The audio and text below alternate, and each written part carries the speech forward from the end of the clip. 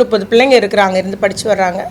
காலையில் 5:30க்கு வந்து எல்லா பிள்ளைகளும் படிக்க உட்காருவாங்க. அதில் இது 3வது 4வது பிள்ளையாக வந்து கீழே மேலேருந்து இறங்கி வந்து படிக்க தான் அந்த இடத்துக்கு வந்திருக்காங்க. அந்த குக்கு அந்த நேரம் எழும்பி வெளியே போன போது வாட்ச்மேன் வந்து அந்த நேரம் உள்ளே வந்திருக்கிறாரு அப்படின்றத சந்தேகமாக இது பண்ணுறாங்க. அதே போல் இந்த பிள்ளை 5 நாள் தான் ஆச்சு உள்ளே வந்து, புதிய பிள்ளை. இப்போ பிற எல்லா மாணவர்களையுமே நாங்கள் விசாரணை பண்ணிகிட்ருக்குறோம். எல்லா மாணவர்கள் யாருமே வந்து வாட்ச்மேனுக்கு எதிராக ஒரு புகாரும், ரொம்ப நல்லவர், எங்களை நல்லா பார்த்துக்குவார் அப்பா மாதிரின்ட்டு பேசுகிறாங்க.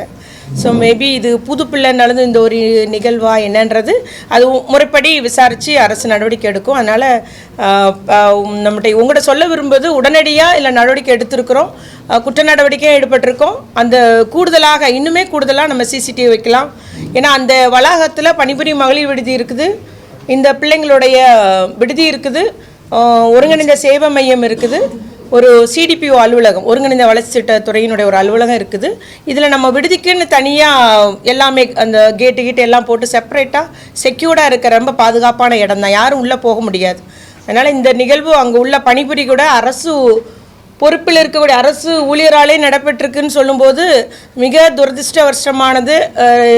அதனால தான் அடுத்த முடிவு எடுக்கிறோம். இனி பெண் காவலர்களை நியமிக்கணுன்ற ஒரு முடிவை துறை எடுத்திருக்குது. நம்முடைய முதலமைச்சர் அறிவுரைப்படி அதையும் நாங்கள் அடுத்து எல்லா பெண்களுக்கான எல்லா இல்லங்களிலுமே பெண் காவலர்களையும் நியமிக்கணுன்ற முடிவு இந்த துறை எடுத்திருக்குது.